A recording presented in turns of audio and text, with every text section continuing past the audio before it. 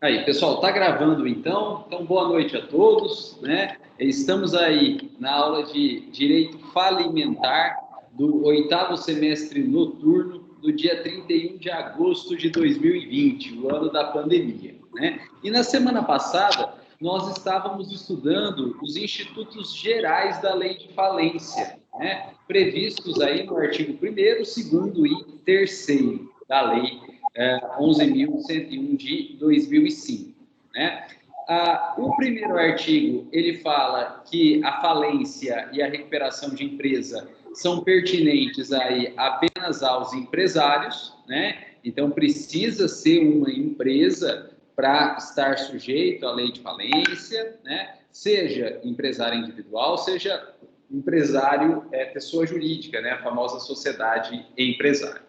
O artigo 2º, ele traz para a gente algumas empresas que, em que pese serem empresas, elas estão excluídas da lei de falência. Elas não se sujeitam à lei de falência, né? Sendo os totalmente excluídos, que não se sujeitam jamais à lei de falência, jamais poderão falir, porque, na verdade, já são regrados por uma normativa própria, uma legislação própria, com natureza especial sobre a lei de falência, né? Que são as empresas públicas e as sociedades de economia mista. E também os parcialmente excluídos, né? Que, num primeiro momento, são excluídos porque, em se tratando de atividade regulamentada, eles sofrem primeiro um procedimento de intervenção do ente regulamentador.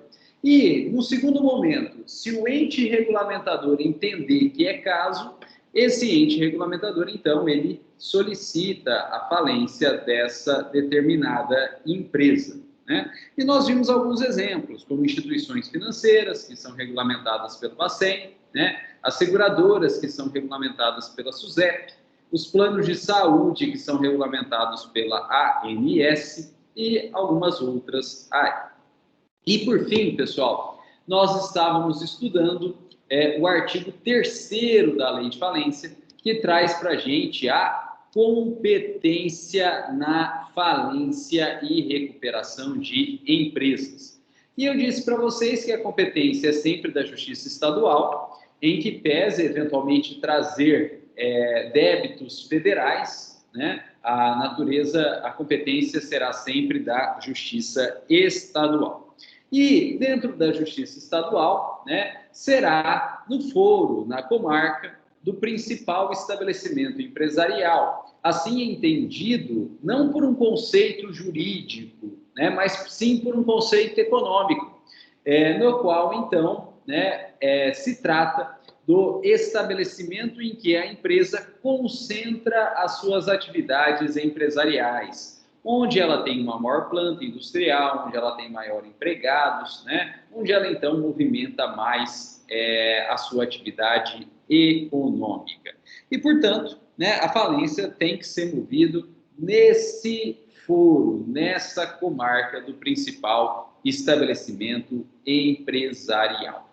E foi justamente nesse ponto aqui, né, que nós havíamos parado na aula passada, né, trabalhando aí com uma questãozinha de concurso público que caiu na prova da Defensoria Pública de Minas Gerais no já longínquo ano de 2009, né?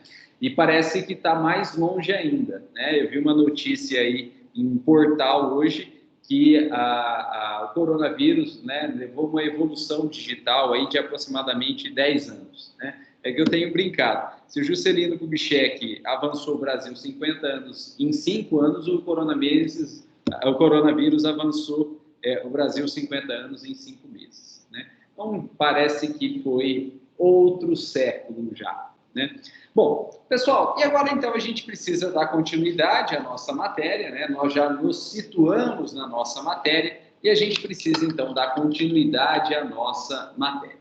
Pessoal, apesar de não estar previsto no material propriamente dito, eu acho por bem a gente já inserir aqui um tema bem interessante, né? A gente já inserir aqui um tema bem interessante. né? E depois a gente entra, então, na falência propriamente dito. E o tema que a gente precisa estudar agora é o foro universal da falência, né? Então, a gente vai estudar agora o foro universal da falência. Pessoal, alguém levantou a mão, se quiser falar, fique à vontade aí. Ô, professor, fui eu. Oi. Eu estava lendo um texto hoje na Conjur sobre a recuperação judicial do empresário rural. E aí tem a ver um pouco essa questão, porque foi julgado um recurso especial esse ano, no final do ano passado, especial do Superior Tribunal de Justiça, e eles estavam apontando que o produtor rural não necessariamente precisa estar na junta comercial para ser tratado como empresário. Na verdade, o que eles entenderam valer no caso do produtor rural é a questão da teoria da empresa, ou seja, a atividade que ele faz, né, atividade regular, profissional e voltada para o mercado, se constituir isso, ele já pode solicitar a recuperação judicial como empresário. Eu achei isso aí interessante, não sei se cabe aí, desculpa. Mas é contra a legem, né? É contra a legem, né? A lei de regência, né, é o 971. O empresário cuja atividade rural constitua sua principal profissão pode fazer registro. No entanto, se porventura esse empresário rural fizer o registro, ele terá o mesmo tratamento empresarial que o empresário comum. Então, na verdade, né, pelo 971, o registro no empresário, no produtor rural, né, na junta comercial, ele é constitutivo, né, diferente. O registro na atividade urbana, ele é declaratório, porque é a natureza empresarial, né, dado o artigo 966, que dá a classificação de empresário, independentemente do registro. No caso do produtor rural, no artigo 971, né, ele fala o seguinte: o empresário cuja atividade rural constitua sua principal atividade pode, quer dizer, a lei não obriga ele a registrar na junta, né? E fala que se fizer o registro, aí sim ele terá o mesmo tratamento empresarial, né? Eu não conheço essa decisão do STJ, mas ela é contra a legem e ela é contra a doutrina, né? A doutrina fala que o registro do empresário é constitutivo. E se o STJ, então, decidiu dessa forma, ele foi contra a lei e foi contra a doutrina, né? Mas, enfim, né, a jurisprudência é uma fonte do direito, né, que goza de coercitividade. Eu não conheço essa jurisprudência, mas aparentemente é contra a legem e contra a doutrina, né? Ela está tratando o empresário rural como se seu registro fosse declaratório, e não é esse a mens legis do Código, né? Não é essa a intenção do Código, né? O Código deixou a critério do empresário, né, se ele faz o registro na junta, e se ele escolhe fazer o registro na junta e ele passa, então, a ter natureza empresarial, ou se ele não faz e pode optar em registrar no cartório e não ter essa natureza empresarial, né? Então, aparentemente, é algo contrário ao Código e contrário à doutrina, né? Mas aqui é Brasil, né? Aqui é Brasil, né? Então, a segurança jurídica a gente deixa de lado, né? E depois a gente vê o que faz, né? Que funciona mais ou menos assim, né? Segurança jurídica, segurança jurídica sou eu, né? Mais ou menos assim aqui no Brasil, né? Segurança jurídica sou eu. Bom, pessoal, assim, Rosalino, se você puder pegar o número do julgado, né, e obter essas, né, mais dados aí, e puder fazer o favor de compartilhar com a turma e comigo, né, com a turma e comigo, te agradeço muito, né? Mas, mas a leitura que o senhor fez foi a do... O que o senhor achou que eles decidiram foi exatamente isso. Eles ainda pioraram, então, pela visão do senhor. Eles ainda colocaram não só como declaratório, como facultativo. Não, é facultativo mesmo. Essa é a doutrina. Então, declaratório e facultativo. Então, inclusive, o relator fala que o empreendedor rural, ele usa o termo empreendedor rural, ele é sempre empresário na situação de atividade rural dele. Então, mas eu compartilho, eu mando um e-mail para o senhor, depois, né, se o senhor quiser mandar para a turma, o senhor... Eu te agradeço. Aí a gente analisa junto esse julgado, né? Mas a ideia do registro, a ideia do código, né? E da doutrina ao interpretar esse dispositivo aqui é que o empresário rural, o registro dele é constitutivo da natureza de empresário. Sem registro, ele não tem natureza de empresário. E aí o registro é facultativo, com o registro ele teria a natureza de empresário, né? Mas, né? A jurisprudência aí, ela vem inovando bastante, né? Então, e a garantia sou idiota. Eles dão a decisão dele e a garantia sou idiota, né? O resto a gente se vira depois para ver o que faz, né? Bom, pessoal, mas o Rosalino vai fazer o favor aí de compartilhar, né, esse julgado, depois a gente analisa, então, em conjunto também os ditames aí. Bom, pessoal, e dando, então, sequência, vamos lá trabalhar um pouquinho sobre o Foro Universal da Falência, né? Foro Universal da Falência. Olha lá. Foro é o território, né? Mais precisamente, a vara onde tramita a falência, né? E a vara onde tramita a falência é um foro universal. Por quê? Porque esse foro, essa vara da falência, tem, então, a força de atrair todas as ações que envolvam o falido, independentemente do local onde o processo se encontra, né? Então, o Foro Universal da Falência nada mais é do que a força atrativa da própria vara onde tramita, né, o processo de falência e recuperação de empresas, atraindo para si, como forma de ampliação da própria competência territorial, todas as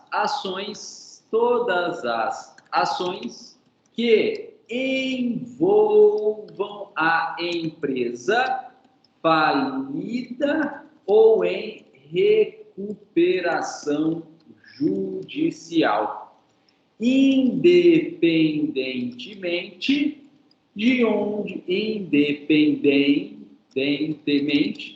onde estas ações tenham sido propostas e estejam tramitando, né? Com isso, então, olha só, decretada a falência de uma empresa ou decretada a recuperação judicial de uma empresa em uma determinada vara, aquela vara onde foi decretada a falência ou a recuperação de empresa se torna, na verdade, competente para todo e qualquer processo que envolva a empresa falida. E, consequentemente, todos os demais processos que envolvam a empresa falida vão ter que ser deslocados, encaminhados para a própria vara da falência, a própria vara da recuperação de empresa.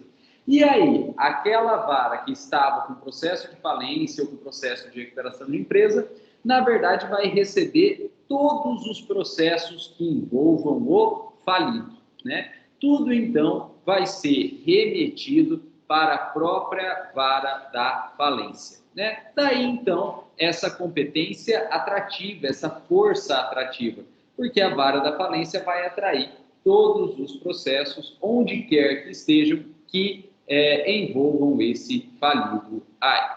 Pessoal, e por que isso existe, né? Por que isso existe? Qual que é a justificação disso aqui? Por que isso existe? Pelo seguinte, na falência e na recuperação de empresa, a ideia é conseguir saber tudo que a empresa tem, todos os bens que aquela empresa tem, e, claro, saber tudo que a empresa deve, né? Todas as dívidas e todos os credores daquela empresa. Para que, então, principalmente na falência, todos os bens possam ser vendidos e o quanto mais de débitos daquela empresa, quanto mais de débitos daquela empresa sejam pagos. Claro que a gente almeja que todos sejam pagos, mas claro que a gente sabe também que isso não acontece. Mas quanto mais débitos forem pagos, efetivamente, melhor. E a única forma, então, de conseguir saber, de fato, todo o ativo e todo o passivo da empresa é reunindo todas as ações na mesma vara, perante o mesmo juiz, né? E aí sim é que a gente, então, consegue ter uma ideia do panorama geral daquela empresa, todo o ativo e todo o passivo. Então, a justificação é a força atrativa da vara de falência e recuperação de empresas se dá para que um mesmo julgador possa ter acesso a todo o patrimônio da empresa falida ou em recuperação. Recuperação, né?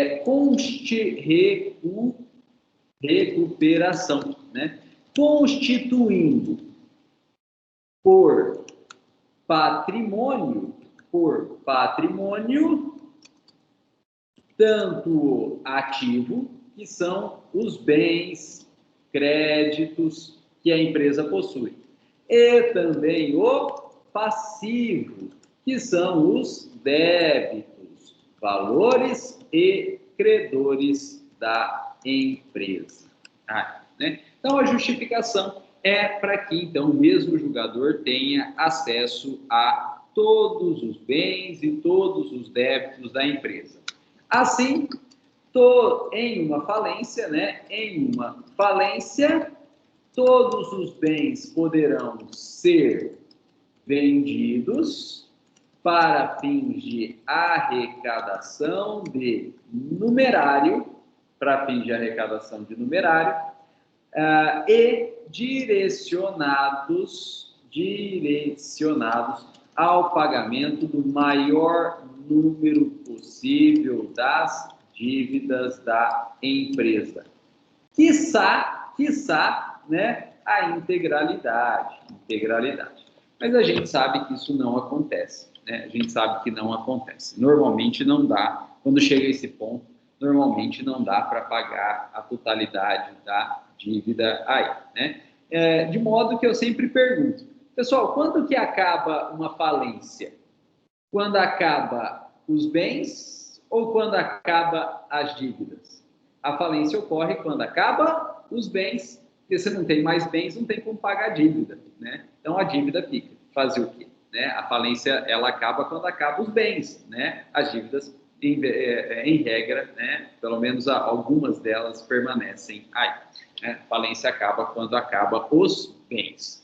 Bom, pessoal, e aí, né, costumam perguntar, professor, mas de que forma que ocorre essa remessa? De que forma que ocorre essa remessa dos processos, né, para a vara da falência? De que forma que acontece essa remessa? Pessoal, olha só. Vamos supor que a empresa tem o seu principal estabelecimento na comarca de Fernandópolis. E ela teve, então, a sua falência decretada na comarca de Fernandópolis, em uma das varas cíveis aí da comarca de Fernandópolis, ou a primeira, ou a segunda, ou a terceira vara cível da comarca de Fernandópolis. E a vara, então, onde foi decretada a falência, se tornou, então, um juízo universal e vai ter a aptidão de atrair todas as ações que envolvam essa empresa falida. Se as ações são de Fernandópolis mesmo, ou de Jales, ou de Ooroeste, ou de Estrela, beleza, é perto, né? Então, as notícias correm, notícias ruins correm mais ainda, então, né, os outros juízes da região têm até condição de ficar sabendo aí da existência da falência daquela empresa na comarca e na vara de Fernandópolis. Agora, se essa empresa tem aí ações, né, tem demandas por exemplo, no Amazonas, no Acre, Rondônia, Roraima. E aí, como que o juiz, então, dessas distantes localidades vão ficar sabendo aí da existência dessa falência dessa empresa numa vara civil da comarca de Fernandópolis? Simples, pessoal, simples. Olha só. Primeiro, quando o juiz decreta a falência ou a recuperação de empresa, nós vamos estudar isso com mais calma, né? O juiz, né, determina a inscrição desta falência ou recuperação de empresa na junta comercial, de modo que, na verdade, todo mundo, em qualquer lugar do Brasil, que puxar a certidão cadastral da empresa em falência ou em recuperação judicial, né, na junta comercial, vai ficar sabendo que aquela empresa está em falência e recuperação de empresa, porque no próprio registro da empresa na junta comercial vai ter essa informação, né? Mais precisamente, no próprio nome da empresa. Porque quando a junta comercial recebe um ofício do juiz dizendo que houve a decretação de falência da empresa ou a decretação de recuperação judicial da empresa, a junta comercial pega o nome da empresa, no final do nome põe um traço e escreve em falência ou em recuperação de empresa. Então, na verdade, há uma mudança até do nome empresarial daquela empresa, que passa a trazer expressamente a informação que aquela empresa está em falência ou recuperação de empresa. Então, não há mistério, não há sigilo, né? Basta olhar a certidão da junta, o cadastro da junta, e, na verdade, basta olhar o próprio nome da empresa, que a gente vai ver do nome dela que ela está em falência ou recuperação de empresa, porque ela vai trazer essas inscrições. Está em falência ou em recuperação de empresa, no próprio nome, né? Então, vira aí algo bem fácil de ser verificado, vira algo cara crachá.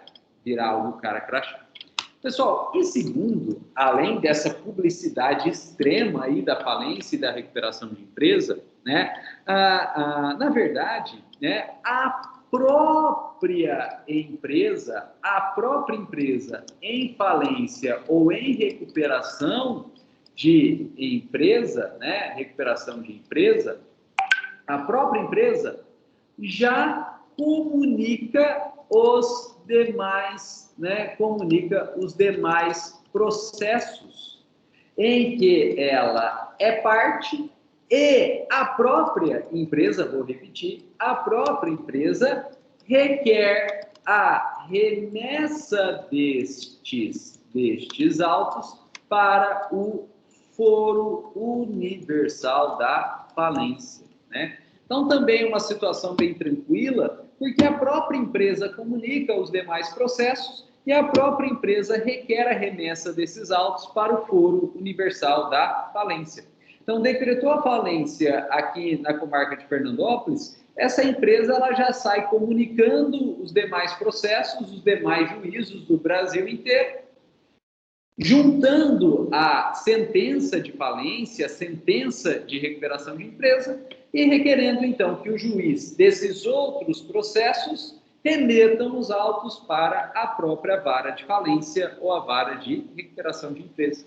A própria empresa faz isso, a própria empresa comunica. E por quê, pessoal? Simples. Por quê? Veja só, a falência já está no foro do principal estabelecimento. Então, a falência já está no local onde a empresa já tem maior estrutura, inclusive jurídica.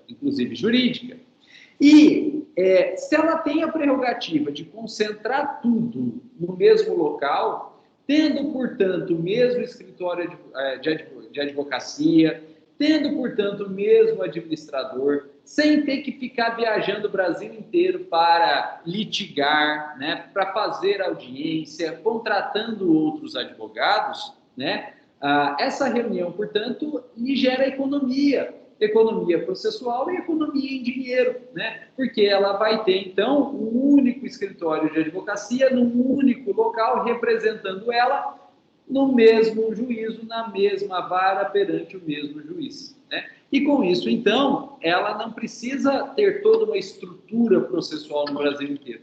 E isso aí gera, então, economia processual e economia financeira, né? Claro que esse instituto ele foi criado na época que o processo era físico, né? Então, você ter processos em diversas localidades, né, quando o processo era físico, era um transtorno imenso. Tudo bem que com o processo digital esse transtorno diminuiu um pouco, né, facilitou um pouco. Então, até dá para lidar com vários processos, né, espalhados ao longo do Brasil. Porém, se é possível reunir num local só, gerando uma economia processual e uma economia financeira, maravilhoso. A própria empresa vai fazer. Né? Então, isso não tem segredo, né? Isso não tem segredo. A própria empresa comunica os demais autos e requer a remessa desses autos para o juízo da falência. Pessoal, e, como eu disse, né, esse instituto ele foi criado na época que o processo era físico, né? E então os juízes dos demais processos embalavam esses processos, né, amarravam esses processos, colocavam aí em malote, né, processo físico, colocava em malote e despachava esses malotes, esses processos físicos para o juízo da falência. Chegava no juízo da falência, né, o serventuário da justiça, então, desembalava esses processos e reautuava esses processos e distribuía por dependência, né, em apenso ao processo da falência. Então, ficavam os autos da falência, né, o principal aí, e ficava um monte de processo pendurado, né, juntado por linha, né, por aqueles barbantes aí.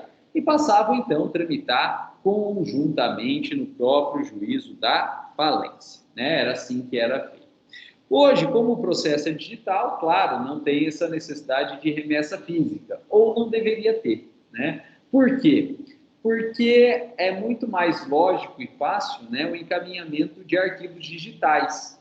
Porém, os tribunais estaduais, eles não seguem o mesmo sistema, eles não têm padronização, né? Você tem o estado de São Paulo e Mato Grosso do Sul com ESAGE, você tem aí alguns tribunais estaduais com PJE, outros com PROJUDE, né? Outros aí com PEA, né? Então, há uma variedade muito grande de sistemas. E muitos deles são incompatíveis uns com os outros, né? A ponto de não ser possível encaminhar arquivos digitais de um sistema para outro, né? E já chegou a ponto, né, de ter, eventualmente, que imprimir o processo na origem, encaminhar de forma física e ele ser, então, escaneado no destino, né, e distribuído aí de forma digital novamente, né? Então, o que deveria ser um facilitador, né, dada a falta de padronização, a gente ainda tem dificuldades técnicas aí na remessa desses autos, na remessa desses processos aí. Mas, claro, né, essas dificuldades técnicas vão sendo superadas, ainda mais com a empurradinha que o coronavírus deu nos meios digitais. Então, acredito aí que logo, a remessa de processos vai estar sendo, de forma digital, vai estar sendo feita de forma bastante efetiva. Né, bastante efetiva, sem grandes transtornos aí, né?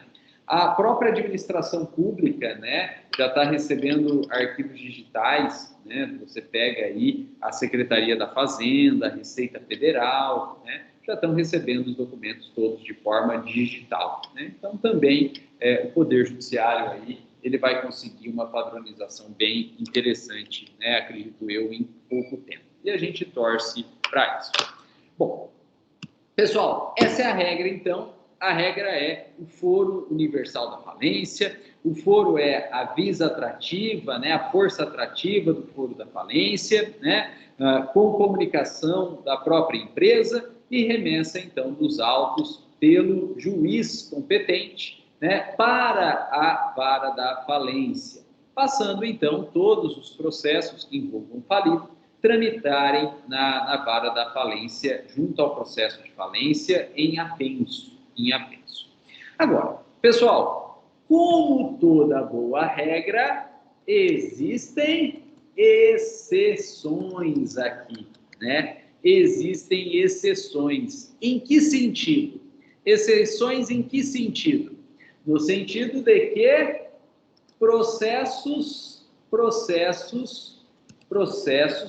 que não são atraídos para a vara universal da falência e recuperação de empresas, de modo a permanecer tramitando em seu foro original. Então, a gente tem exceções de processos, então, que não são atraídos para a vara de falência e que permanecem, então, tramitando em seu juízo original, né? E a gente precisa, então, estudar estas exceções.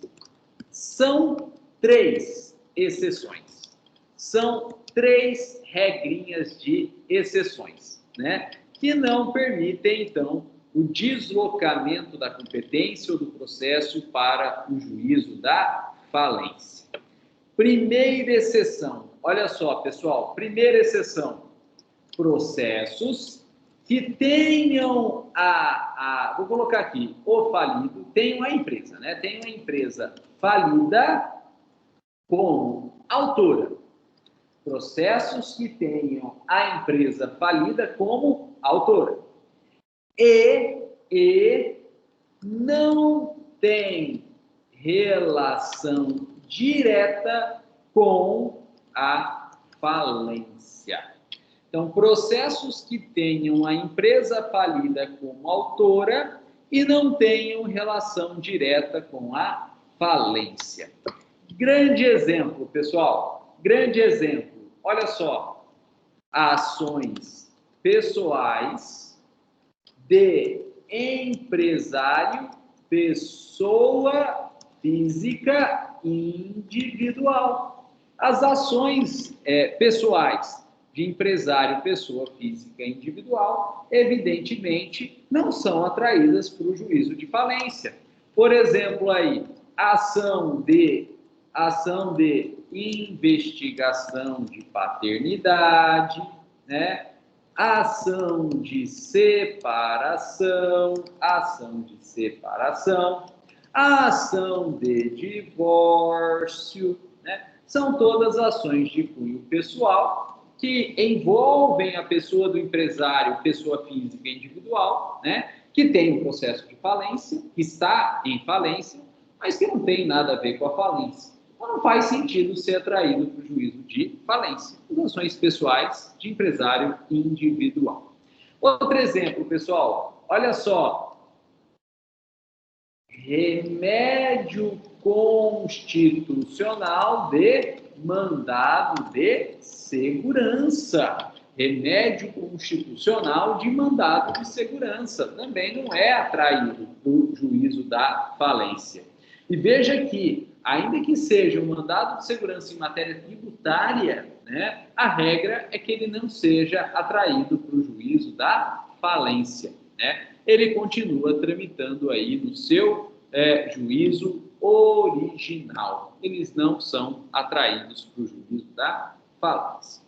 Pessoal, essa é a primeira regrinha aqui, né? Então, processos que tenham empresa falida como autora e não têm relação direta à falência. As ações pessoais de empresário individual, que é pessoa física, né? E remédio constitucional de mandado de segurança, ainda que eventualmente trate sobre matéria tributária. Não é atraído para o juízo da falência, continua tramitando aí no juízo original.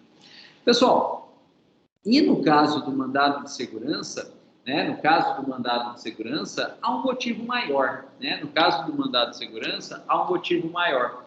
Porque o mandado de segurança é usado contra ato ilícito de autoridade pública, né, coatora. E a competência do mandado de segurança, né, e a competência do mandado de segurança é dado pelo foro da própria autoridade coatora, né? De modo que, né, no mandado de segurança, não tem como tirar de lá, né, porque ele tem que ser processado no foro da própria autoridade coatora, né, então não tem como tirá-lo de lá, né. Mesmo em matéria tributária, ele não é atraído para o juízo da falência.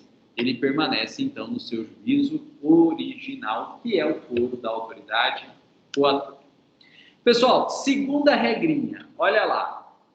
Não são atraídos para o juízo da falência processos de competência absoluta em razão da matéria. Não são atraídos para o juízo da falência processos de competência absoluta em razão da matéria. E nós já vimos lá em Teoria Geral do Processo, já faz alguns anos aí, né? Vocês já passaram do Cabo da Boa Esperança, já estão no fim da faculdade, né? Já estão no fim da faculdade aí, que em razão da matéria, define-se as justiças competentes. Com isso, processo de competência da Justiça Federal e processos de competência da Justiça do Trabalho lá permanecem e não são atraídos para o juízo da falência. E por quê? Porque o juízo da falência é da Justiça Estadual. E o juiz estadual, claro, evidentemente, não teria competência para processar e julgar processos de competência da Justiça Federal e da Justiça Estadual, né? Então, não há atração de competência de processos da Justiça Federal e nem de processos da Justiça do Trabalho para o foro universal da falência, porque o foro universal da falência é Justiça Estadual. E o juiz estadual não poderia receber processo federal e julgar casos federais. O juiz estadual não poderia receber processos trabalhistas e julgar processos trabalhistas, né? Ele é incompetente ele, juiz estadual, é incompetente materialmente para esse tipo de processo, de modo que esses processos permanecem no foro original. Processos da Justiça Federal e processos da Justiça do Trabalho permanecem aí no foro, né, original. Só que quando eu falo isso, sempre vem a pergunta: professor, mas a falência não vai pagar os débitos federais, inclusive tributários? Vai. A falência não vai pagar os débitos trabalhistas? Vai. Ué, mas como que a falência vai poder pagar os débitos federais, os débitos trabalhistas, se esses processos estão em outras justiças e não na Justiça Estadual do foro da falência?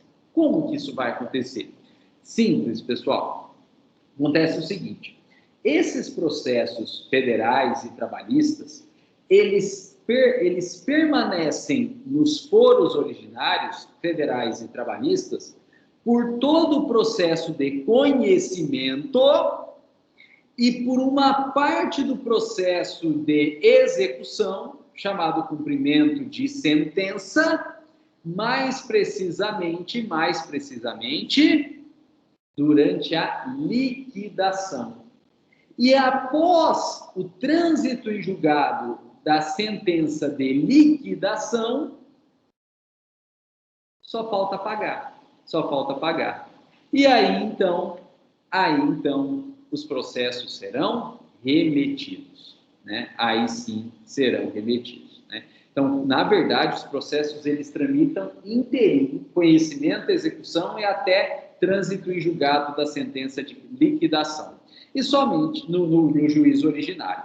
E somente, então, quando só faltar pagar, é que esses processos são remetidos para o juízo da falência, né? E como esse processo chega no juízo da falência só faltando pagar, tudo já foi decidido, não tem mais nada para decidir, só falta pagar, isso o juiz estadual pode fazer, sem que ele esteja usurpando competência federal ou trabalhista, porque não tem mais nada para decidir. Tudo já foi decidido nas justiças originárias. Aí, o juiz estadual, ele só paga. Ele só paga.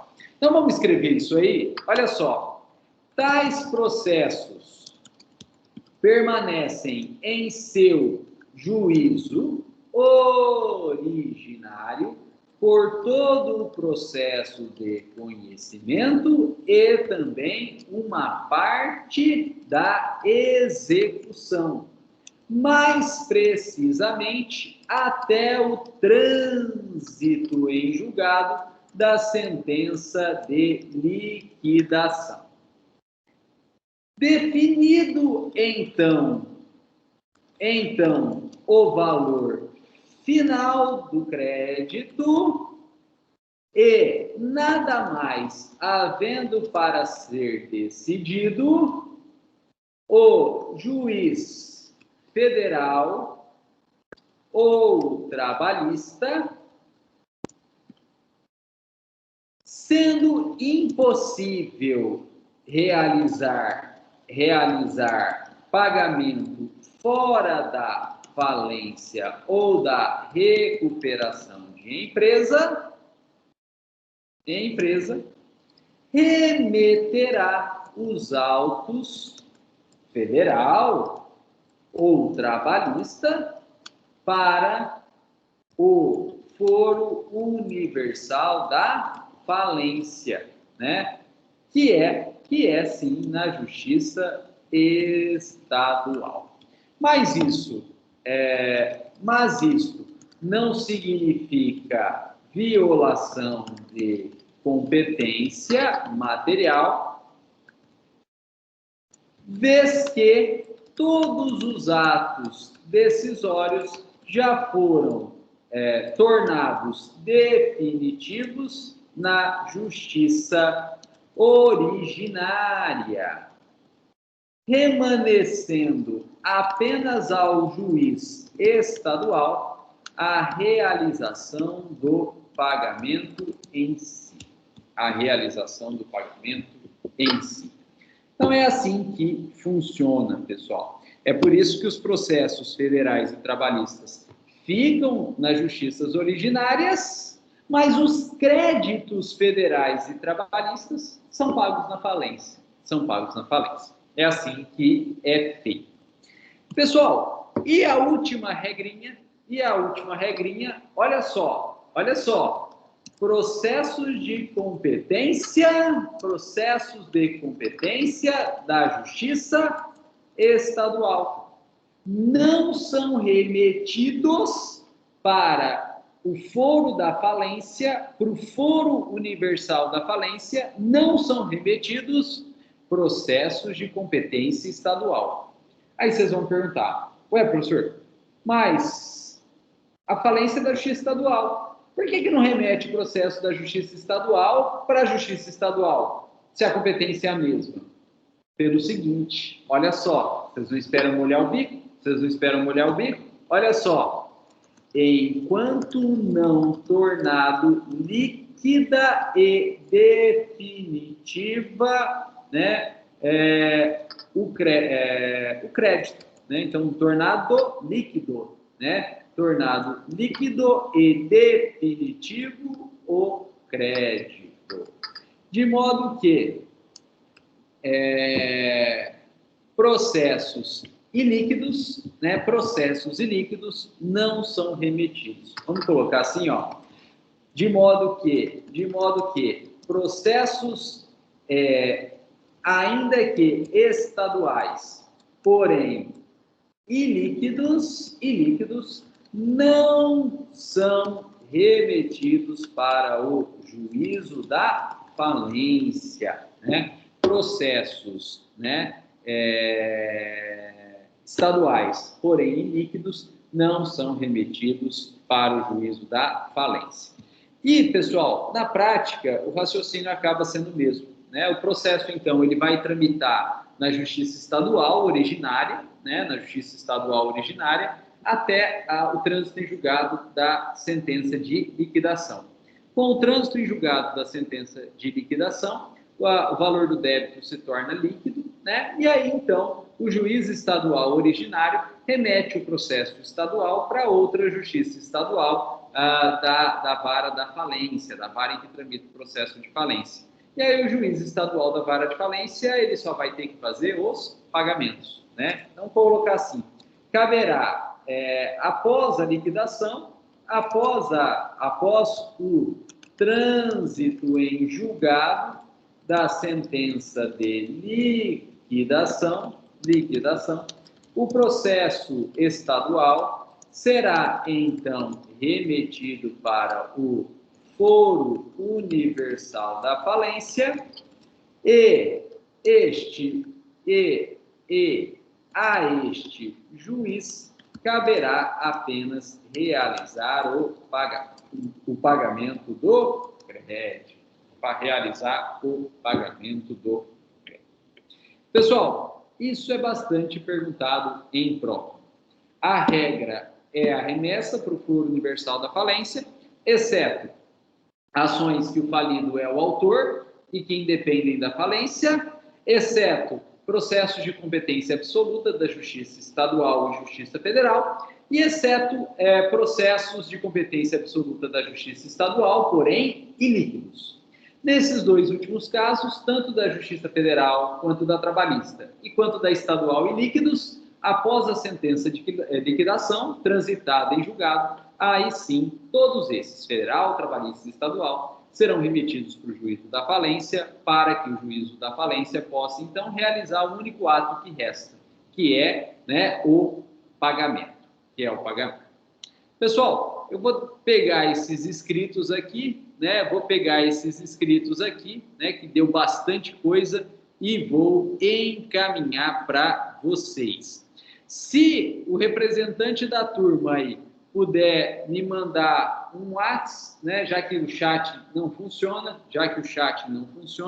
se o representante da turma aí puder me mandar um WhatsApp, eu já encaminho todos esses inscritos aqui, né? Então, deixa eu abrir o WhatsApp aqui no computador para eu poder mandar aí para os representantes da turma, né?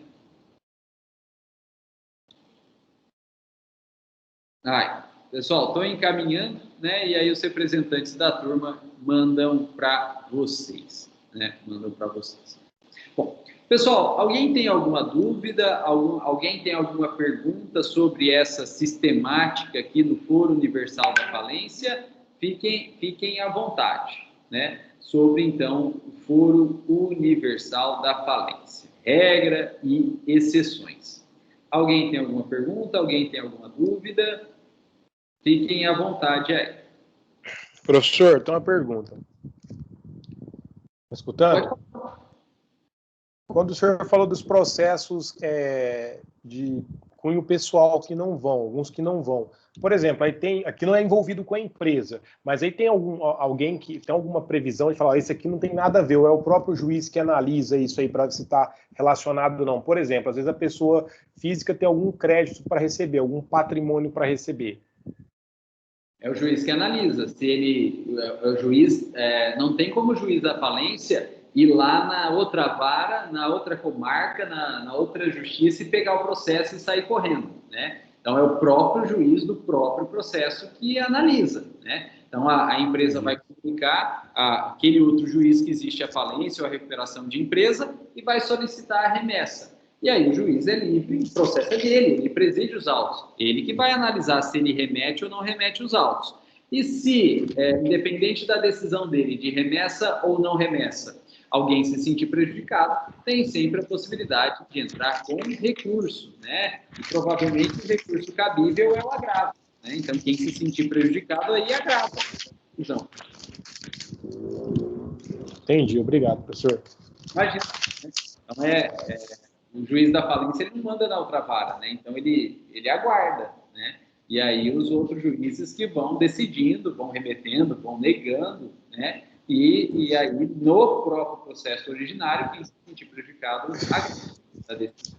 Não, é que eu pensei assim, por exemplo, se eu fosse advogado de alguma parte, né, a gente já ia fazer uma busca para saber de algum dinheiro que o cara tinha para receber, né? Aí duro que ele falou, isso aqui ele tem para receber, dá para tentar entrar com ação contra isso aqui.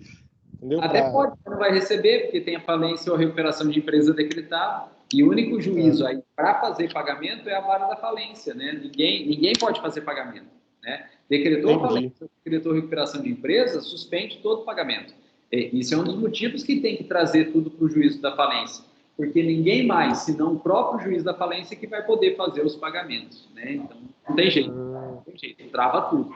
Inclusive, quando a gente for estudar a recuperação de empresa, a gente vai ver que, decretada a recuperação de uma empresa, a simples decretação de recuperação da empresa numa vara suspende todos os demais processos. Em que vara, em que justiça, em que comarca, em que vara esteja, né? Suspende tudo por 180 dias, né? Automático, né? E de novo, a própria empresa sai comunicando aí para suspender, né? Se a empresa está processada e ela corre o risco de ter que fazer pagamento e ela ganha uma decisão que lhe dá 180 dias de lambuja para parar tudo, não fazer nada, não pagar nada, a própria empresa sai comunicando todo mundo aí, ó, né? Decretou a recuperação, para tudo, né? E não tem o que fazer, fica 180 dias parado, não tem o que fazer, né? Outro dia aí a Thaisa estava com uma cobrança contra uma determinada empresa, e aí então a empresa comunicou no processo de cobrança que lá em Minas Gerais ela teve a falência decretada, né? E aí a Thaisa, aí o juiz nem abriu vista para a Thaisa, nem abriu vista para a parte contrária e já deu uma decisão do processo, suspende o processo por 180 dias, ponto. Nem abriu vista. Por quê? Porque é automático, ele é obrigado a fazer isso, né? E aí a Thaisa me ligou perguntando, Rodrigo, posso fazer alguma coisa? Pode aguardar, né? Com calma e paciência, né? Não tem que fazer. Determinação, né, de suspensão, por lei, o juiz é obrigado a fazer isso, né?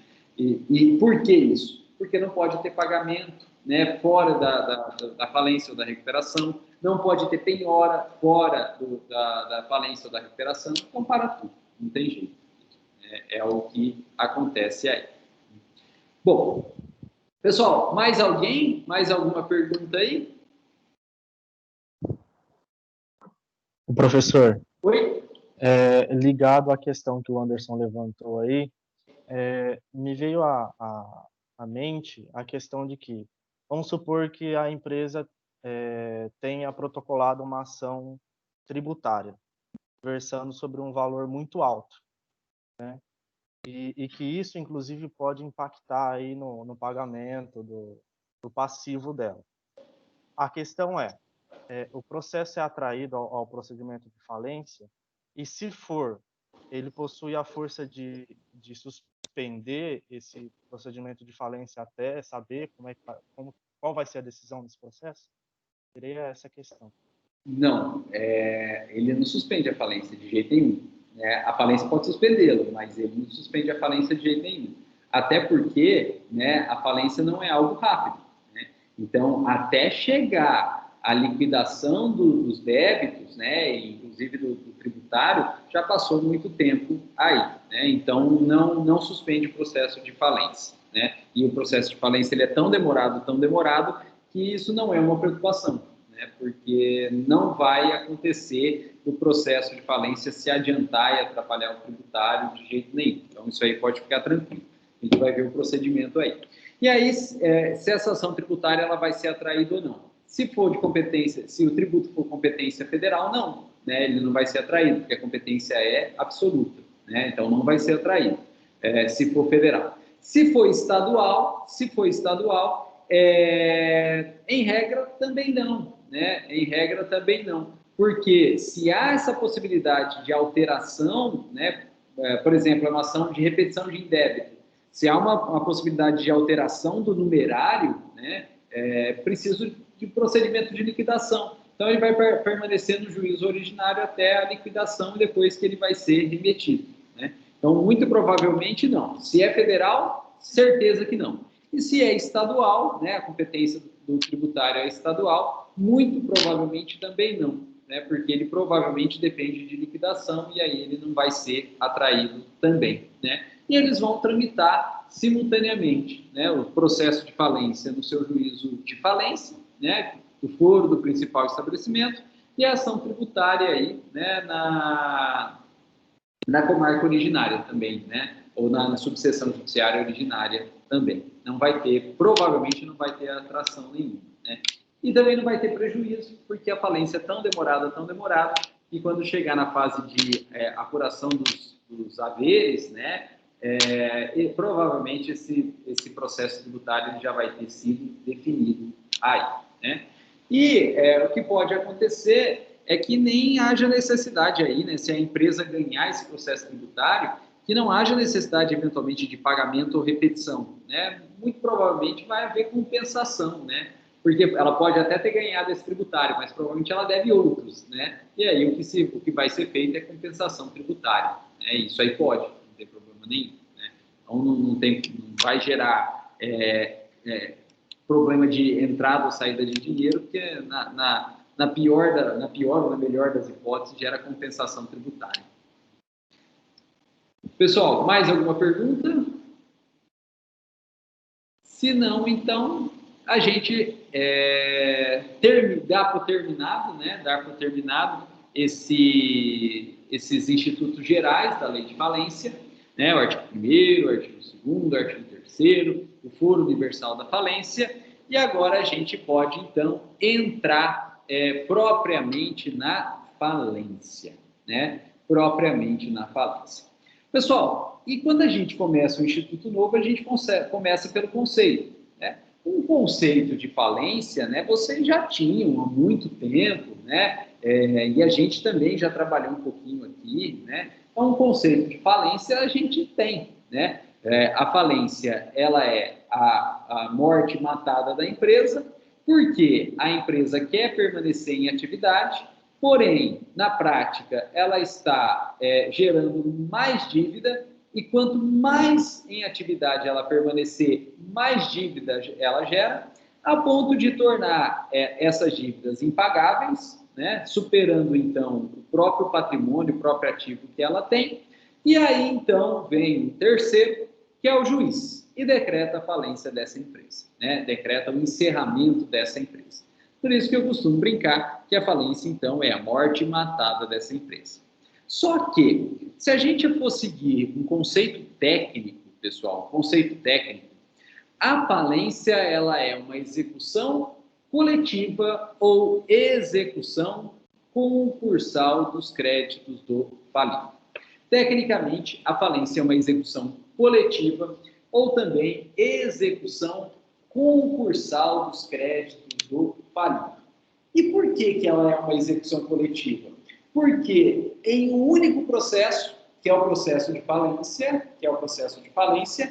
reúne-se todos os bens, todo o ativo e todos os credores, todo o passivo da mesma empresa.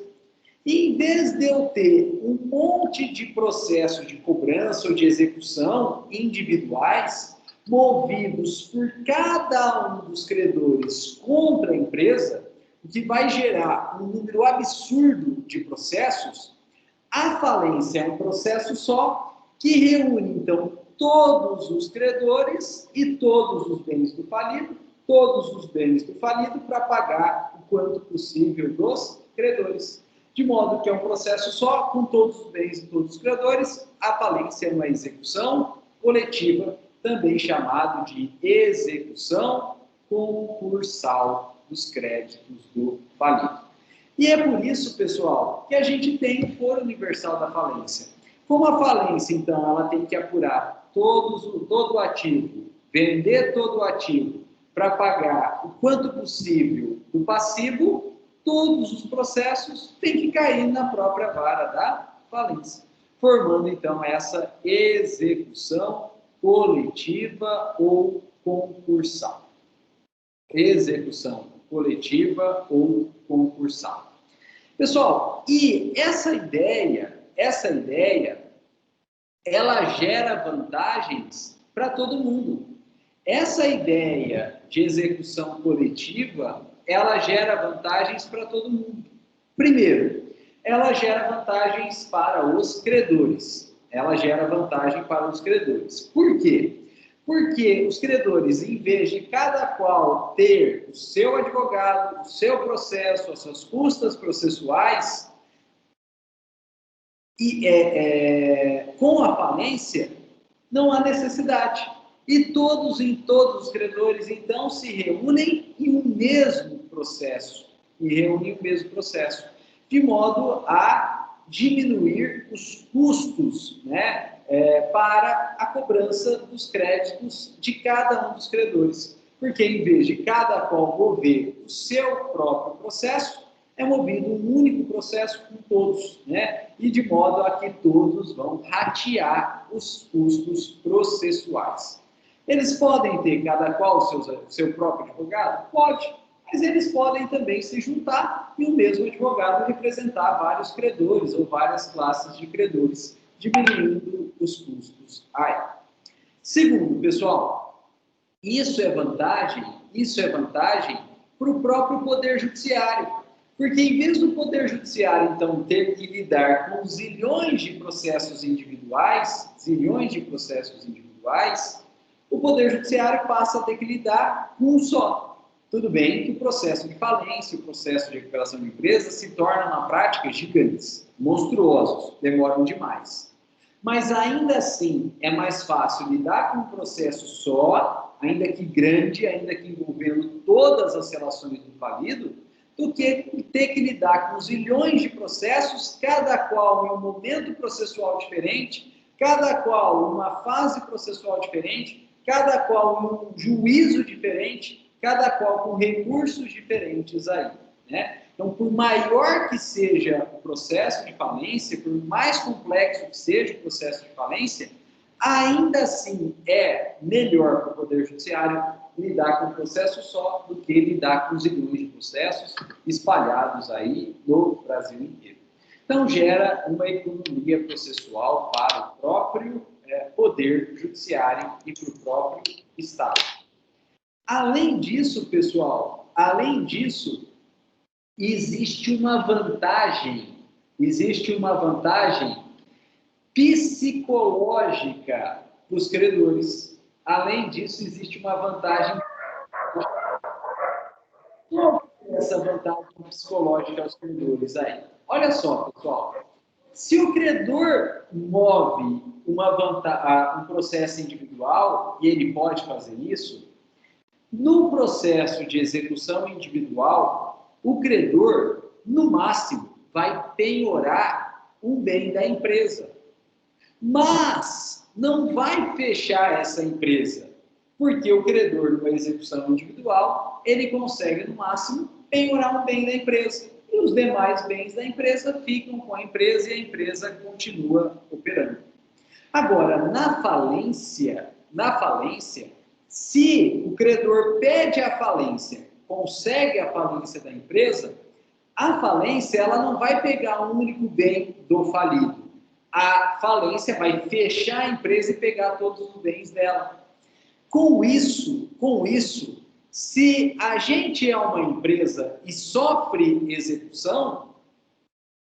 execuções, uma execução de falência e uma execução individual, nós, empresa, qual que a gente vai pagar primeiro? Se a gente tiver condição, qual que a gente vai pagar primeiro? A gente vai pagar primeiro a execução na falência. Por quê? Porque se a gente não paga a execução na falência, a falência tem o aptidão de fechar a nossa empresa, né? Então, a gente vai pagar o débito na falência para não gerar o fechamento da nossa empresa aí, né? E as execuções individuais? Deixa rolar. Devo, não nego, pago quando eu puder. Mas empresa, não tenho pressa nenhuma de pagar as execuções individuais. Porque no máximo a execução individual vai penhorar um bem individual, mas não vai fechar a minha empresa, né? E com isso, pessoal, olha só, a falência, ela é uma vantagem para os credores, porque na prática a falência é a melhor forma que o credor tem de cobrar os seus créditos. Porque a empresa ela vai se sentir motivada, psicologicamente motivada, a pagar primeiro os créditos na falência, porque há possibilidade de gerar fechamento da sua própria empresa aí, né? E vai relegar a um segundo plano, um segundo momento, terceiro, quarto, quinto, sexto, o pagamento das execuções individuais, porque elas não têm aptidão para fechar a empresa aí. Pessoal, e também, olha só, a falência, ela é uma vantagem para a própria empresa, a falência é uma vantagem para a própria empresa, e a falência é também uma vantagem para a própria sociedade, né? Então, a falência representa também uma vantagem para a própria empresa e uma vantagem aí para a própria sociedade. Pessoal, e a vantagem da falência para a própria empresa e para a sociedade decorre da forma de pagamento dos créditos dentro de uma falência, da forma em que o juiz da falência vai realizar os pagamentos dos créditos na falência. E essa forma de pagamento dos créditos na falência é chamado, então, princípio do par condício creditório. E esse princípio, então, do par condício creditório, essa sistemática do par condício creditório gera vantagens para a sociedade e para a própria empresa falir. E é o que a gente precisa estudar agora, né? O princípio do par condício creditório, a sistemática, então, do par condício creditório. Olha só, pessoal, par condício creditório significa pagamento em igualdade de condições. Par condício creditório significa pagamento em igualdade de condições. O que significa dizer que, olha só, os credores em igualdade de condições vão receber pagamentos também em igualdade de condições. Os credores em igualdade de condições vão receber os pagamentos em igualdade de condições. E para apurar qual é a igualdade de condição, ou o critério para a gente definir o que é igualdade de condição, vale o critério da necessidade. Então, credores aí com maior necessidade vão receber igualmente e antes. E credores aí com não tanta necessidade assim vão receber depois. Pelo princípio do par condício creditório, paga-se primeiro, então, os credores que necessitam mais e paga-se depois os credores que necessitam menos. Recebem antes quem precisa mais, recebe depois quem precisa menos. E é por isso que todo mundo já ouviu falar que numa falência recebem primeiro os credores trabalhistas, porque eles precisam mais. E somente, então, depois do pagamento dos credores trabalhistas, é que vão receber os demais credores aí, que vão receber os demais credores. Olha que interessante, olha que vantagem para os credores e para a sociedade. Para a sociedade é interessante, porque numa falência recebe primeiro quem precisa mais, né? E, portanto, o impacto social daquela falência, do fechamento daquela empresa, acaba sendo menor. E isso também é vantagem para os credores, porque os credores mais necessitados, eles vão receber antes, né? Então, também para os credores, o impacto econômico da falência daquela empresa é menor aí, né? Pessoal, E se não fosse na falência? E se não fosse na falência? Né? Se fosse, então, nas execuções individuais. E se fosse nas execuções individuais? Pessoal, nas execuções individuais, não existe par condício creditório, porque cada um moveu o seu, e aí cada processo ele é analisado, então, individualmente. De modo que, olha só, nas execuções individuais, vai receber antes quem primeiro moveu o processo e quem primeiro penhorou bens, né? Quem primeiro penhorou bens. Essa colocação em ordem de penhora nas execuções individuais chama juízo de prelação, que vocês já estudaram, né? Então, na execução individual, recebe antes quem executou antes, quem moveu o processo antes, e quem penhorou antes também, né? E a colocação em ordem de penhora é chamado de juízo de prelação. Agora, na prática, gente, esse juízo de prelação por ordem de penhora, ele é nefasto para a sociedade e para os credores. Por quê? Porque, na verdade, vai mover o processo antes e vai conseguir penhorar antes aquele credor que tem melhor estrutura, inclusive jurídica. E, provavelmente, se ele já tem uma melhor estrutura, ele precisa menos daquele dinheiro, né? E, mesmo precisando menos, ele penhorou antes. E se ele penhorou antes, ele vai receber antes. Olha só, gente, não decretou a falência de uma empresa e, portanto, a gente tem execuções individuais. Quem vocês acham que vai mover primeiro o processo? O banco, que já tem um contrato, que é um título executivo assinado,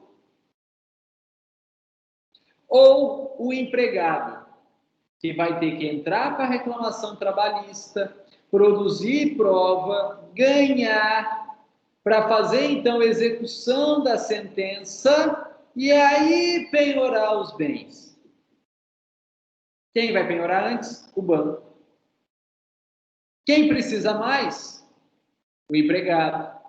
Mas, na execução individual, leva antes quem penhorou antes, o banco, que vai pegar tudo para ele e não vai sobrar nada para pagar o empregado. Adianta isso para a sociedade? Não. É bom isso para os credores? Não. E aí, então, é melhor a decretação de falência. A falência é uma vantagem para a sociedade e para os empregados, né? Para o empregado não, para os credores, em razão do princípio do par condício creditório. Porque como a falência, então, é uma execução coletiva, não importa o título do banco, o momento que o banco executou ou a tentativa do banco penhorar. E não importa o momento que o credor trabalhista entrou com reclamação trabalhista, ganhou, começou a execução, tentou penhorar aí para receber. Todo mundo é colocado em igualdade de condições.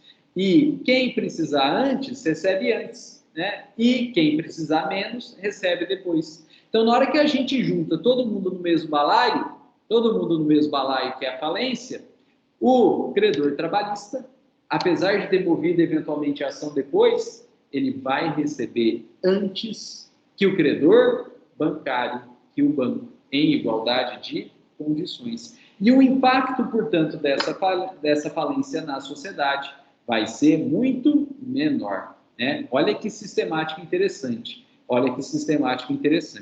Eu costumo até dizer, pessoal, que essa ideia, o princípio do par condício creditório, ele é, na verdade, a própria função social da falência, né? A falência, ela acaba tendo uma função social no momento em que ela paga os créditos, né, paga os débitos e créditos em ordem de importância, independente da natureza, independente de quem tenha iniciado o processo antes ou depois, quem tenha tentado penhorar antes ou depois, né? E isso, então, gera toda uma função social.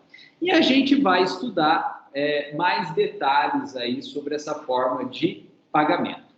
Porém, né, para já adiantar, eu costumo fazer uma analogia, né, com a torre de copos de casamento. né? O pagamento dos créditos da falência aí, né, ela tem uma semelhança muito grande com a torre de copos de um casamento. Primeira semelhança, tá todo mundo triste, porque tá casando, tá falindo, né? Então tá todo mundo triste. Essa é a primeira semelhança. A segunda semelhança é que, olha só, tanto a torre de copos quanto os créditos na falência, na verdade, eles são colocados em ordem de importância, formando aí uma estrutura piramidal. E a gente começa a jogar champanhe lá na primeira taça, que é a taça mais importante, porque ela é única, está lá no topo.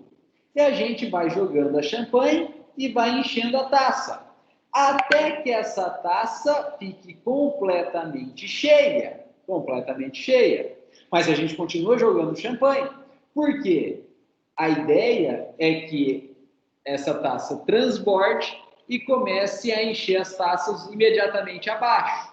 E aí a gente continua jogando champanhe até que essas taças de baixo encham também e transbordem. E aí começa a encher abaixo. E aí, encheu abaixo, a gente continua jogando champanhe até que transborde e enche abaixo, e assim por diante, até que acabe a champanhe. Na falência também é assim. A champanhe, as taças são os credores, né, em ordem de importância. As taças são os credores, em ordem de importância. E a champanhe é o patrimônio, né, é o dinheiro daquela empresa. Então, a gente começa a jogar dinheiro na classe mais importante, até encher, até pagar toda a classe mais importante. E depois que encheu a classe mais importante, sobrou dinheiro, a gente continua jogando dinheiro lá, e aí passa a pagar a classe de baixo, um pouquinho menos importante. E vai pondo dinheiro até pagar completamente aquela classe, né? E aí, sobrou dinheiro, a gente continua jogando dinheiro ali dentro, só que aí, né, já encheu a classe de cima, e aí a gente vai enchendo a classe de baixo e assim por diante aí, sempre em igualdade de condições. É assim que funciona o pagamento na falência, né? Até que uma hora acaba a champanhe, acaba o dinheiro, né? Acaba o dinheiro. E aí, pessoal? E aí que você acabou o dinheiro,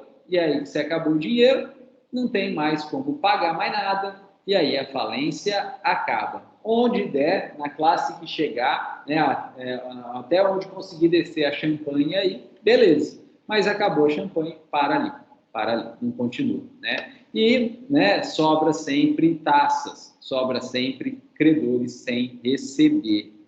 Sempre sem receber. Mas é assim que é feito aí.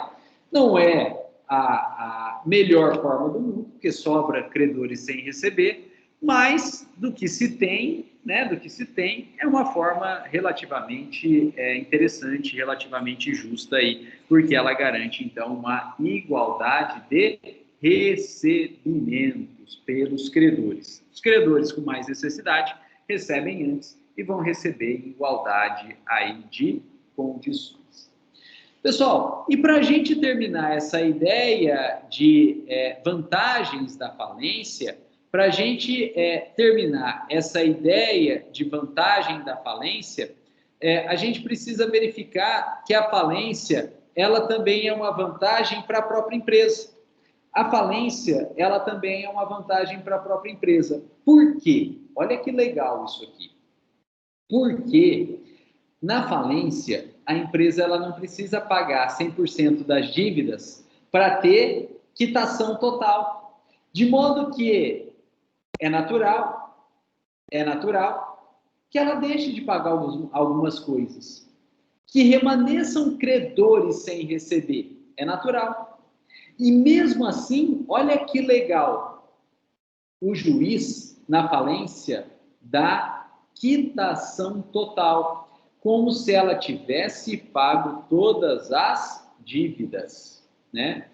Na falência, então, a empresa não paga todas as dívidas, mas ela sim obtém quitação total, como se ela tivesse pago sim todas as dívidas. Se a empresa não entra em falência, essa empresa só vai ter quitação total se ela pagar 100% das dívidas. Ela tem que pagar tudo para ela ter quitação total. E se ela não consegue pagar tudo, ela não tem quitação total, então ela, ainda que não tenha um gato para puxar pelo rabo, ela continua devendo. Ela continua devendo. Quando? Até prescrever a dívida. Até prescrever a dívida, né? E se aquele processo de execução não fica parado, né, para correr prescrição intercorrente, que vocês já estudaram aí, né, em execução, não prescreve nunca, não prescreve nunca. E aquela empresa, então, vai ficar devendo daqui para frente por toda a eternidade. Agora, se decreta a falência da empresa, a falência é uma vantagem para o próprio empresário, para a própria empresa, decorrente também do princípio do par condício creditório. A empresa, ela vai pagar uma parte da dívida, ela não precisa pagar uma outra parte da dívida, porém, mesmo a empresa não tendo pagado a integralidade da dívida, o juiz dá quitação total, como se ela tivesse sim pagado a integralidade da dívida. Excelente para o empresário, porque ele não paga tudo, mas é como se ele tivesse pago tudo. Ele tem quitação total, como se ele tivesse pago tudo. Pessoal, e por que isso acontece? Em razão do princípio do par condício creditório. Como no princípio do par condício creditório paga-se primeiro quem precisa mais, quando faltar dinheiro, quando faltar champanhe, pelo menos os principais credores já vão ter recebido. E vai ficar gente sem receber. Mas quem? Quem não precisava tanto assim? Os créditos menos importantes, os credores menos necessitados. E aí sabe que o direito faz, né, através do juiz, mas sabe o que o direito faz? Quita a dívida, mesmo não tendo sido pago esses credores menos importantes. Gente, não é tão fácil, como eu estou dizendo, né? Eu estou simplificando bastante para a gente entender a ideia, né? Mas não é tão fácil assim, né? Tem que ser pago aí a grande maioria das dívidas para conseguir ter essa quitação, né? Mesmo remanescendo dívida. Mas isso é possível sim, em razão do princípio do par condício creditório, porque se sobrar, vai sobrar os credores menos importantes, né? E aí, então, o direito opta em dar quitação, mesmo esses credores não tendo sido pagos. Como eu sei que vocês vão perguntar quem são os credores que não vão receber, eu vou dizer, né, desde logo. Não era o momento, mas eu sei que essa pergunta ia ser feita, então eu vou dizer quem são os credores que não vão ser pagos. Olha só. A empresa, ela tem que pagar as dívidas até atingir pago pelo menos 50% dos credores quirografários. E se ela conseguir pagar aí pelo menos 50% dos credores quirografários, ela não pagou 50%. Ela pagou 50% e pagar 50% significa ela não pagou os outros 50%. Mesmo não tendo pago os outros 50%, ela consegue quitação total. E significa dizer que esses 50% dos credores quirografários que não foram pagos, dançaram, né? Então, 50% então, desses créditos quirografários que não foram pagos, dançaram. Aí vocês vão me perguntar, professor, o que é crédito quirografário? Não dá para definir agora. Não dá para definir agora. Quem não aguentar e morrer de curiosidade aí, né? A Bia é dessa turma e ela falou que ela sofre de ansiedade. Então, quem igual a Bia sofrer de ansiedade aí, né? Quem não aguentar esperar, dê uma olhadinha aí no artigo 85 a 89 da Lei de Falência. Vai estar lá. Artigo 85 a 89 da Lei de Falência. Mas, né, o que eu posso dizer nesse momento é que os credores quirografários são os últimos, né? Então, ela tem que pagar todos os mais importantes até chegar nos menos importantes, os últimos, e a empresa tem que ter patrimônio ainda para pagar pelo menos 50% dos últimos, e se ela conseguir pagar pelo menos 50% dos últimos, ela não paga os outros 50%, mas ela tem quitação total. Agora, se a empresa for pagando mas não tiver patrimônio suficiente para chegar até os últimos e não tiver patrimônio suficiente para pagar pelo menos 50% dos últimos, infelizmente, ela não vai conseguir quitação total. E aí?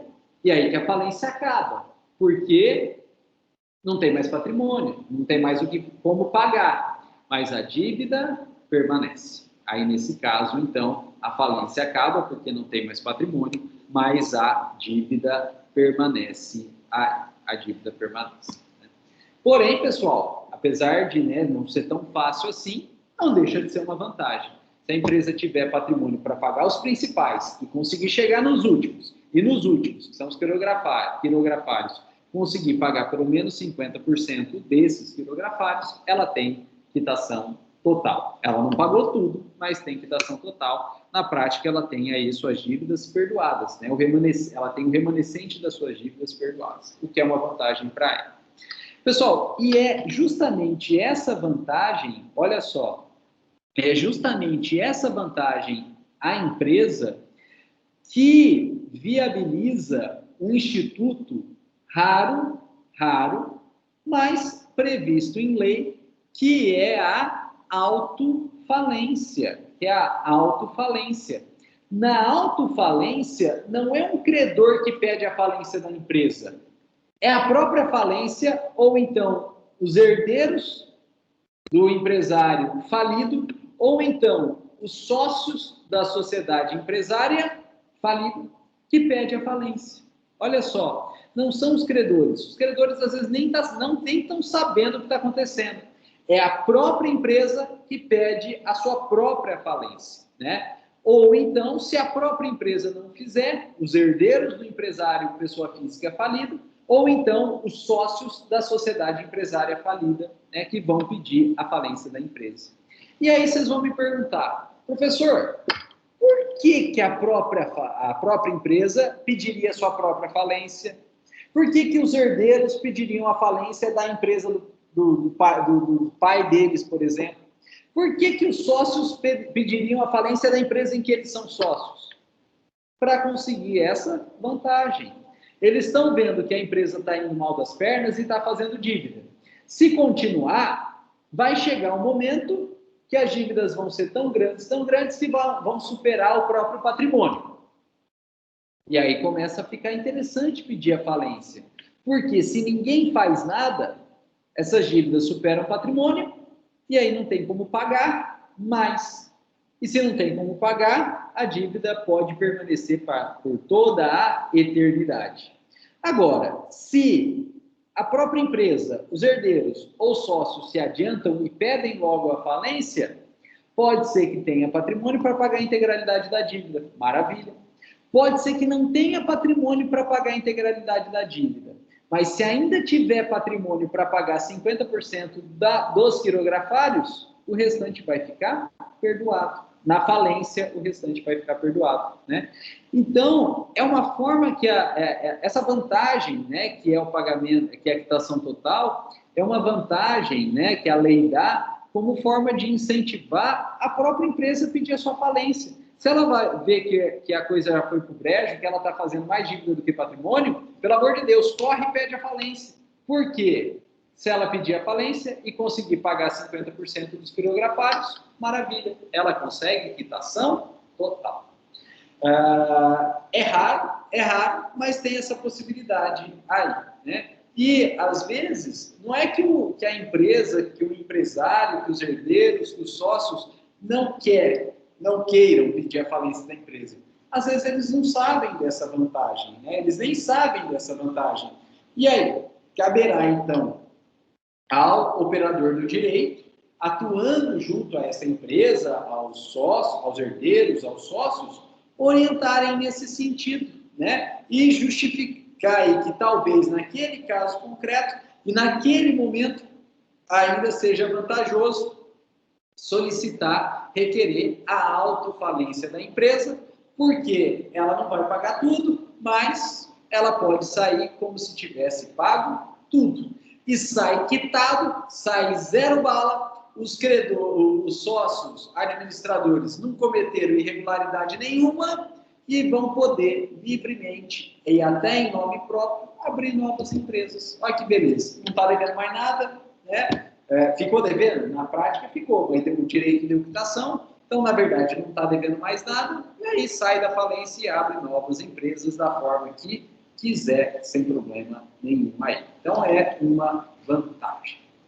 Bom, pessoal, com isso a gente terminou as vantagens do sistema falimentar. Vamos resumir? Vamos resumir? Olha lá, vantagens do sistema falimentar. Primeira vantagem, aos credores. Né? Primeira vantagem, aos credores. Por quê?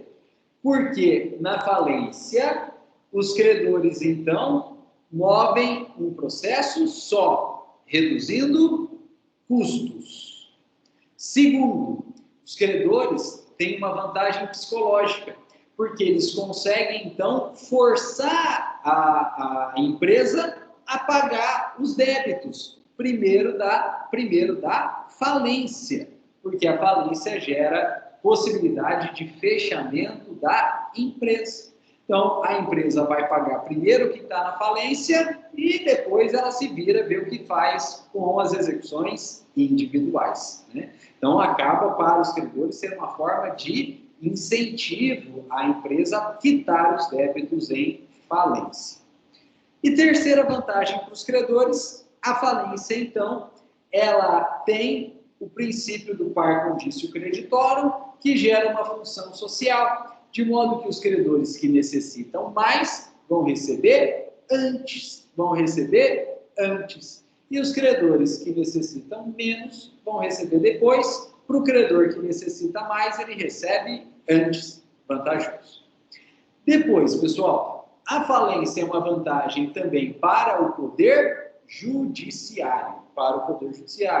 Porque em vez de ter zilhões de processos individuais, a gente vai ter um único processo complexo, mas um único processo, né? Então, gera uma economia processual muito grande. E terceiro, a falência, ela é uma vantagem para a própria empresa, porque, em razão do princípio do par condício creditório, a empresa em falência, ela consegue, então, ter quitação total se ela pagar pelo menos 50% dos quirografados. Mas, apesar de permanecer credores sem receber, isso gera quitação total dos débitos. E aí a empresa, os empresários, os sócios ficam livres para abrir uma nova empresa sem dívida, sem problema, sem certidão negativa alguma, né? Eles saem de lá zero bala. Bom, pessoal, e em razão dessas vantagens, né, é que a gente tem que, ao definir o que é falência, na verdade, analisar sob duas óticas, né? Por quê? Veja só, na ótica da empresa falida, realmente, a falência é uma execução coletiva que gera o encerramento da empresa. Tem sua vantagem? Tem, que é o pagamento, que é a quitação total. Mas a falência, a ótica da empresa, ela é uma execução coletiva que gera a extinção da empresa. Acabou, não tem mais, né? Coitado, já era. Agora, pessoal, sob a ótica dos credores, a falência é uma execução coletiva? E, na verdade, é a melhor forma que os credores têm de receber os seus créditos, né? Então, para os credores, a falência não é algo necessariamente ruim, né? A falência não é algo necessariamente ruim, porque para os credores, sob a ótica dos credores, a falência é a melhor forma que se tem desses credores conseguir receber os seus créditos. E é essa ótica dos credores como melhor forma de receber os seus créditos que, na próxima aula, vai explicar para a gente por que um credor pediria a falência de uma empresa. O que leva o credor a pedir a falência de uma empresa? Quais são, então, as hipóteses que levam o credor a pedir uma falência de uma empresa? Quais são, então, as hipóteses de falência? E essas hipóteses de falência, então, a gente estuda na semana que vem. Pessoal, eu vou interromper aqui a gravação para não ficar muito longo o vídeo, né? Agradecendo a presença e a paciência de todos. E a gente, então, abre para as perguntas, os comentários aí. Fiquem à vontade.